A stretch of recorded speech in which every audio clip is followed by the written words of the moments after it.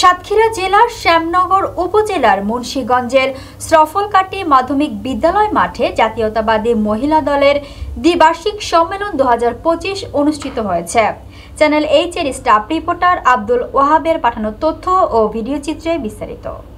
বুধবার 17 সেপ্টেম্বর বিকেলে অনুষ্ঠিত এ সম্মেলনে দলীয় নেতাকর্মীদের উপস্থিত ছিল চোখে পড়ার মতো। সম্মেলনে উদ্বোধন করেন ফরিদা আক্তার। প্রধান অতিথি হিসেবে বক্তব্য রাখেন সাবেক সংসদ সদস্য কাজী আলাউদ্দিন। এ সময় আরও উপস্থিত ছিলেন আব্দুল ওয়াহেদ, সালেক আহক, আনারুল ইসলাম, স্থানীয় বিএনপি ও সহযোগী সংগঠনের নেতৃবৃন্দ।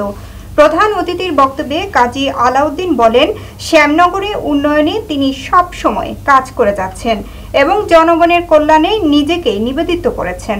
বক্তারা কাজী আলাউদ্দিনকে শ্যামনগরের রূপকার হিসেবে আখ্যায়িত করেন এবং তার নেতৃত্বে দলের কার্যক্রম আরও গতিশীল হবে বলে আশা প্রকাশ করেন। সম্মেলন শেষে উপস্থিত নেতাকর্মীরা ঐক্যবদ্ধ থেকে দলের শক্তি বৃদ্ধির প্রত্যয় ব্যক্ত করেন।